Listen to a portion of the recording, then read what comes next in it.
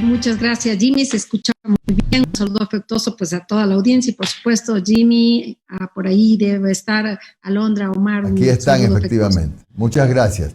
A ver, asambleísta, la pregunta que cabe ahora a raíz de lo que declaró el fin de semana Guadalupe Llori, presidenta de la Asamblea, es: ¿usted considera que el anuncio de una probable consulta y el aviso de que hay una figura también en la Constitución que se llama muerte cruzada son actos de presión, chantaje, amenaza por parte del gobierno a la Asamblea Nacional? Yo ahí, la verdad, no escuché el discurso completo de la presidenta de la Asamblea. No sé si ella conoce algunos detalles adicionales a los que el público generalmente estamos conociendo, porque ustedes que hacen seguimiento pues, a todos los pronunciamientos del presidente, pues ustedes notarán que básicamente ha sido un anuncio, pero no relacionado a los temas concretos que trataría la consulta, y ya lo de la muerte cruzada ha señalado claramente que esa no es la perspectiva del gobierno. Por lo tanto, yo no creería que debemos llegar a esta suerte de enfrentamiento de poderes. El diálogo es importante. Vimos al inicio de la Asamblea justamente un discurso conciliador de parte del presidente de la República y por supuesto también de la presidenta de la Asamblea. Yo aspiro que más bien esa sea la tónica, que podamos tratar todos los temas, porque el país se está debatiendo en unas graves circunstancias y que hay que enfocarse en una suerte de diálogo que no nos lleve de ninguna manera a una confrontación inútil en la que solo pierde el Ecuador, nada más. Quizá dijo eso la presidenta de la Asamblea porque para justificar la consulta el gobierno ha dicho por medio de diferentes voceros que el problema es que la Asamblea está bloqueando la gobernabilidad, por decirlo de alguna manera. Bueno, la Asamblea todavía no ha tenido ni oportunidad siquiera de tratar los temas. Recordemos que en eso sí ha habido una lentitud del gobierno respecto a las diferentes propuestas que ha señalado. Se señaló que iba a remitirse una reforma laboral, hasta el momento no ha llegado. Igualmente se planteó de que iba a haber la reforma tributaria, no ha llegado, que puede haber una reforma económica general a través de una propuesta económica urgente, tampoco está.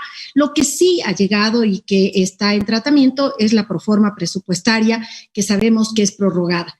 Sin embargo, lo que sí yo creo que el gobierno y todos los ecuatorianos estamos notando es que sí hay en algunos casos una actitud previa, inclusive se habla de cualquier tipo de reforma y ya las voces son, en definitiva, de negar la posición o negar en la Asamblea pues cualquier propuesta del gobierno. Y eso es inútil, porque hay que esperar que lleguen las propuestas. Recordemos que solo el presidente de la República tiene la iniciativa constitucional dada para pues plantear una reforma económica, tributaria y fiscal, pero ahí la Asamblea tiene también la potestad de incidir en esa propuesta y lograr acuerdos y ojalá lograr realmente una normativa que abone a salir de esta difícil situación que nos encontramos los ecuatorianos. Bueno, ustedes como Izquierda Democrática, usted como vocera, tienen una posición más conciliadora, no así Pachacuti. Me pregunto si la relación entre ustedes, que formaron un bloque para legislar y fiscalizar, sigue siendo buena. Sí, es buena en general. Trabajamos en las diferentes comisiones, hay un buen trabajo, hay en los temas centrales, en el pleno de la Asamblea hemos tenido concordancia, no así, por ejemplo, en algunas posiciones respecto a la visión de cómo tiene que llevarse adelante la Asamblea, respecto a los cambios del orden del día. Nosotros creemos que eso hay que evitar, eso es una pérdida del tiempo y que el tema de los exhortos al gobierno terminan desgastándole a la Asamblea, desgastando el tiempo valioso que deberíamos utilizar para seguir haciendo cambios a las normas. Yo creo que el país ya no necesita más leyes. Usted sabe, Jimmy, saben los ecuatorianos que una sociedad no puede estar regida hasta lo que respira o cómo trata los temas de orden hasta personal a través de las leyes. Las leyes deben servir como políticas públicas para abonar a que los sectores productivos, empresariales, los sectores trabajadores puedan tener un mejor lineamiento. Pero las leyes nuestras son totalmente engorrosas y lo que estamos haciendo es parches a las leyes. Creo que es el momento también de la Asamblea de definir las prioridades como ya se lo hizo en toda esta propuesta de los 5 ejes. Sobre eso trabajar. El país necesita reactivación económica, nosotros lo estamos dando. Yo debo confesar a través de la Comisión de Desarrollo Económico, yo soy la vicepresidenta, Daniel Noboa es el presidente de esa comisión, y las 4 leyes que se han aprobado en la Asamblea, que han venido de alguna forma, 2 de ellas trabajadas anteriormente, han sido aprobadas en esa comisión. Y ahora estamos enfocados justamente a revisar el veto, por ejemplo, de la Ley de Emprendimiento Juvenil, y estaremos presentando el miércoles ya el informe para que la Asamblea ya tenga un tema importante que tratar. Igualmente estamos tratando una oferta que fue mía de campaña, que es el pago en plazos justos, primero las MIPYMES. Esto es para que las facturas que se pagan tanto en las instituciones públicas como privadas le den prioridad a las MIPYMES, a los emprendedores, y de esa manera tengan liquidez. Estamos enfocados en la ley de turismo, la ley de artesanos, es decir, en darle herramientas a los ecuatorianos en este momento difícil, en trabajo conjunto con el Ejecutivo, para no entramparnos y desgastarnos en el tiempo que debemos aprovechar en la Asamblea. Asambleísta, correcto. Yo estoy de acuerdo con usted, le digo, en el tema de que en este país hay demasiadas leyes, que debería hacerse una compilación en algún momento, 100% de acuerdo. Pero hay una ley que se viene, y aunque no hay definiciones puntuales, ya se sabe, por ejemplo, que el gobierno va a plantear una ley que apunta a la coexistencia de 2 códigos de trabajo, por llamarlo de alguna manera. Uno que ha sido interpretado por sectores que se van a movilizar el día miércoles como un retroceso en las conquistas de los trabajadores, ¿no? Y esto es trabajo por horas, etcétera. Poco se conoce, pero por lo menos ya el ministro de Trabajo ha venido haciendo una labor de comunicación que deja las cosas bastante claras. ¿Ustedes como Izquierda Democrática están dispuestos a ayudar a un proyecto así? A ver, nosotros decimos claramente que tiene que respetarse la Constitución. Y la Constitución establece la prohibición del trabajo por horas. Por lo tanto, eso no puede darse. Eso es inconstitucional y tendrá que establecerse otros mecanismos. Pero yo le debo señalar, Jimmy, y usted debe haber escuchado en la campaña electoral, en todas mis entrevistas, y sin saber todavía inclusive quién va a quedar para la segunda vuelta, yo señalé la necesidad de tener una amplitud de pensamiento para otro tipo de contrataciones sobre todo en sectores como el turismo, por ejemplo. El sector turístico es un sector estacional, tiene esos picos altos en las temporadas, igual que el sector agrícola, tanto en la siembra como en la cosecha. Si no le damos salida a estos 2 sectores, para poner el ejemplo, tan importantes y relevantes para nuestra economía, lo único que estamos generando es el hecho claro de que no haya posibilidades de trabajo. Hay que entender que vivimos un momento muy distinto y que la pandemia no es que nos ha cambiado la vida solamente en estos casi 2 años, nos va a cambiar la vida al resto de tiempo y hay que darle una salida, como creo que necesitan los estudiantes que quieren a tiempo parcial trabajar, que pueden emprender en ciertos trabajos. Yo creo que escuchemos la propuesta primero y no nos neguemos, y creo que los grupos de los trabajadores está bien que estén alerta, que se organicen, pero que también den una salida. No podemos seguir anquilosados en una normativa que realmente le resta oportunidades de trabajo, sobre todo a los jóvenes. ¿Qué estamos generando? Privilegios. Ya no se puede hablar de derechos cuando solamente 4 de cada 10 ecuatorianos tiene trabajo. 6 de cada 10 están padeciendo la difícil situación de sobrevivir para llevar el pan a su familia. Pensemos en ellos, no solamente en los que yo señalo que ya es un privilegio en el Ecuador, desgraciadamente, tener un trabajo. Asambleísta, muy buenos días. Omar Jaén le saluda. Gracias por su tiempo, asambleísta. ¿Cómo ha estado? Vamos desmenuzando un poco lo que ha venido advirtiendo el ministro de Trabajo. ¿Usted apoyaría la eliminación de la jubilación patronal? Hola Omar, qué gusto. A ver, yo creo que hay que pensarle bien esa propuesta. Hay que analizarla como la tienen señalada, porque recordemos, ¿qué es lo que ha ocurrido hasta ahora? Se ha restado la estabilidad a los trabajadores, porque las empresas se dan modos ya cuando un trabajador, un empleado, un funcionario está trabajando, ya llega a los 15, 18, 20 años, a darse modos para liquidarle, para hostigarle en algunos casos, y entonces ¿quiénes son los que se benefician? Y cuando ha habido la jubilación patronal, hay que tener los datos, Omar. La mayoría de las empresas, el 70% que tienen una carga grande de trabajadores de largo tiempo, lo que han hecho es liquidar las empresas para inclusive después salir con otras empresas. Es decir, ese beneficio, que es un beneficio institucional, ha perdido fuerza, ha perdido contundencia. Yo creo que sí hay que buscar un mecanismo que permite esa estabilidad y que esa experiencia del trabajador, del empleado durante 15, 20 años no se la pierda. Usted va a ver que todas las empresas casi se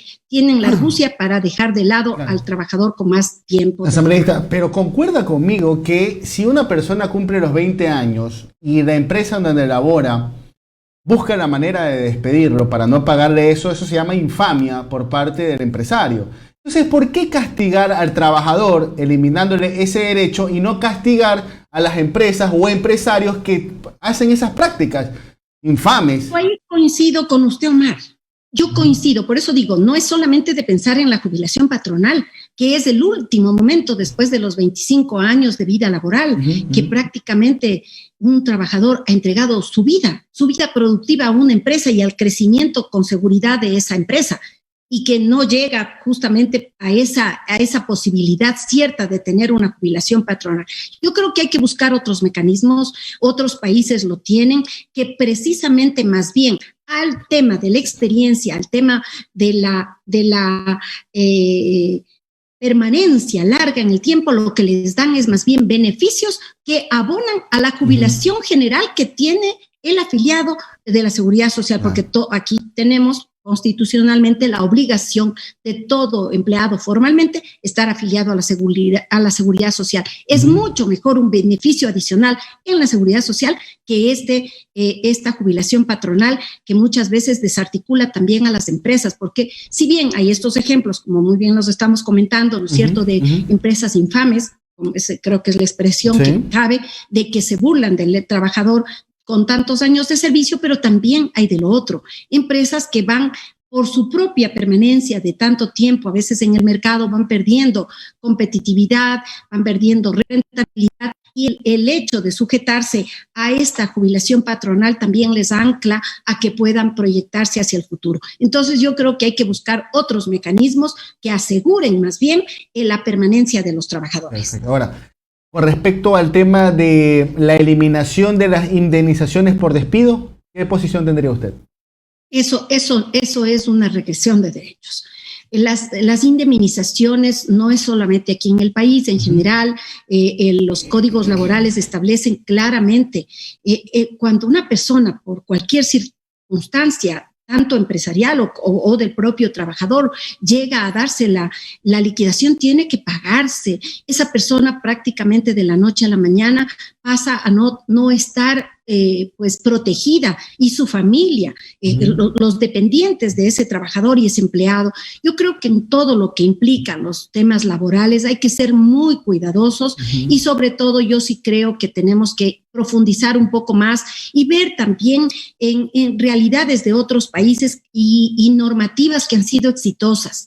No siempre calzan, por supuesto, porque las economías son diferentes, pero yo sí creo que tenemos que tener una apertura en este momento para poder visualizar nuevos sistemas o nuevas modalidades de contratación que puedan activar el sistema productivo en el país. Asambleísta, mire, en política no hay nada de casualidad. A ver, entendamos que si bien no se ha revelado el código laboral que se está tejiendo desde el Ejecutivo, que por cierto, hasta el día de hoy conozco un sindicato que haya sido invitado para hablar sobre eso. Hoy tendremos a la CUT, vamos a preguntar si a ellos, porque hemos preguntado a la CEORS, no nos han invitado, al FUT tampoco los han invitado, entonces no sabemos con quién se está redactando el tema de la reforma laboral. El punto es, asambleísta, que mire, Se quiere eliminar las indemnizaciones por despido. Hay una nueva fórmula para el tema de las utilidades.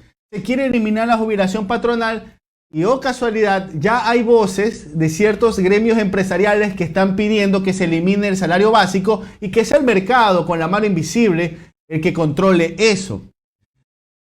¿Cómo yo lo veo? Esa ley sería una ley de oportunidades patronales, no laborales, porque realmente hasta el momento ventaja para el trabajador no hay ninguna.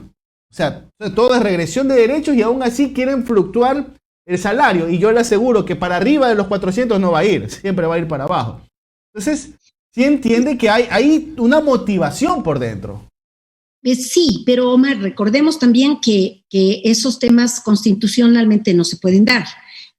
Nuestra Constitución establece claramente que no se puede dar una regresión de derechos, es decir, todos los avances que se han conseguido jamás podrán modificarse a través de una ley o a través de cualquier otra posibilidad.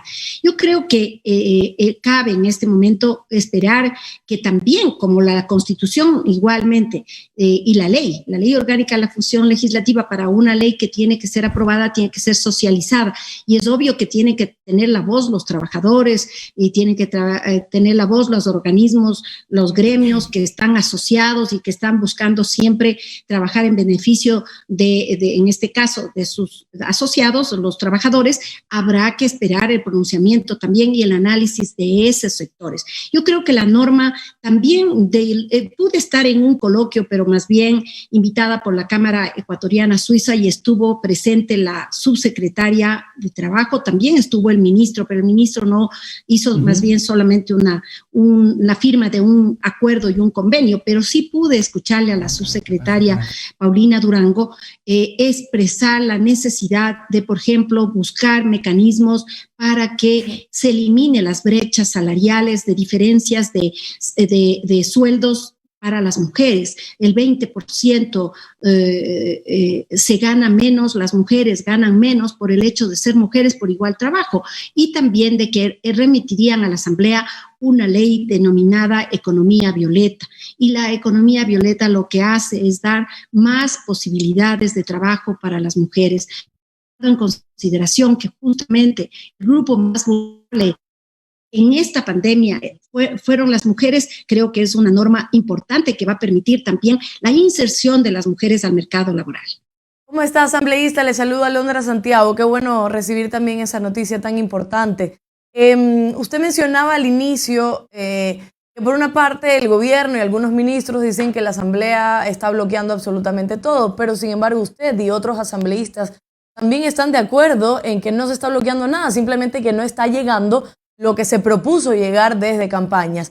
Y por otro lado, por ejemplo, el 27 de julio ustedes aprobaron por unanimidad un proyecto de ley de reactivación económica para Esmeraldas y Manabí por lo del terremoto del 2016. Pero esto recibió un veto parcial, si no me equivoco, en nueve artículos exactamente por parte del presidente. Esto también ha recibido muchas quejas de las bancadas. ¿Cuál es su opinión ante esto? Porque llevamos 5 años, un poquito más, que Manabí y Esmeraldas todavía no se ha reactivado completamente. Alondra, qué gusto. Y decirle que sí, efectivamente, tenemos que esperar que lleguen las propuestas y sobre todo también tenemos que estar claros en las propuestas de campaña. Recordemos que el presidente de la República habló de subir el sueldo básico. Entonces, esa propuesta también, en la medida que mejore la economía, ojalá pueda darse. Y sobre este tema concreto de la reactivación de Manabí, yo creo que hay 2 temas ahí que yo coincido en definitiva con el veto. El veto le mejora la redacción, abona realmente a la norma, pero no estamos de acuerdo de ninguna manera que se limite la creación, por ejemplo, de un organismo o un órgano rector que va a ser coordinador para justamente, no solamente en este caso de Manabí y Esmeraldas que sufrieron el terremoto, sino que en eventualidades futuras, cuando existan desastres naturales o cualquier tipo de una acción no no planificada, no pensada y que lleve a un grave problema de conmoción en diferentes localidades o provincias, pueda activarse. Esto es interesante porque aquí están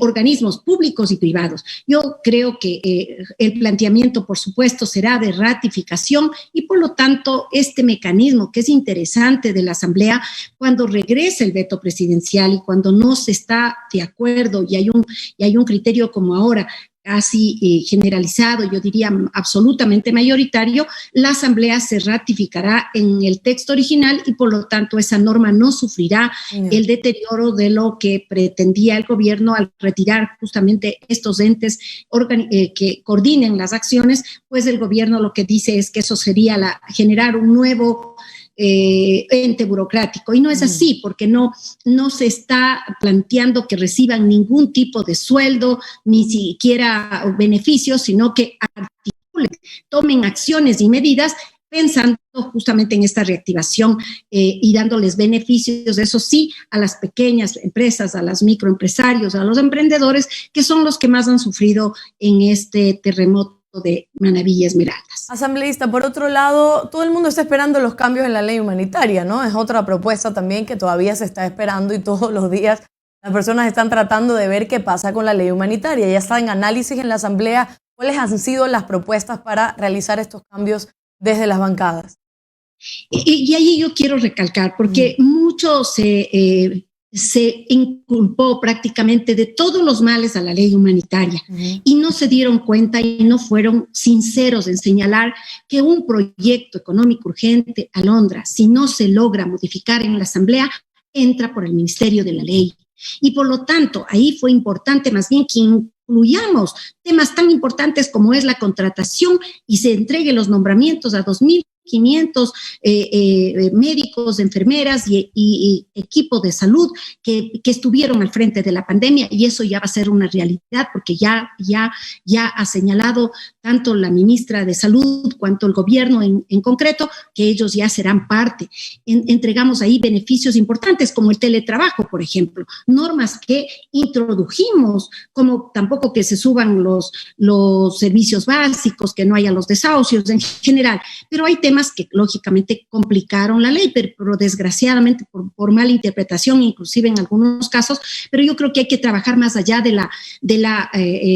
yo creo que de las modificaciones. Se han presentado algunos cambios, yo no los conozco en concreto porque solamente han llegado prácticamente al CAL, el CAL no los ha calificado todavía y habrá que esperar en qué están enfocados. Yo entendería que van enfocados un poco de forma más profunda en el tema laboral, y eso hay que revisarlo y por supuesto apoyarlo en todo lo que beneficie justamente a darle mayor estabilidad y fortaleza a los trabajadores. Perfecto, asambleísta. La última pregunta. Hace unos días la ministra de Educación, la ministra Brown, dijo algo que a título personal me parece que es una de las primeras veces, digamos, o pocas veces que un ministro se refiere a este tema tan grave en el país, que son las niñas de 10 años, por ejemplo, que han muerto a causa de dar a luz.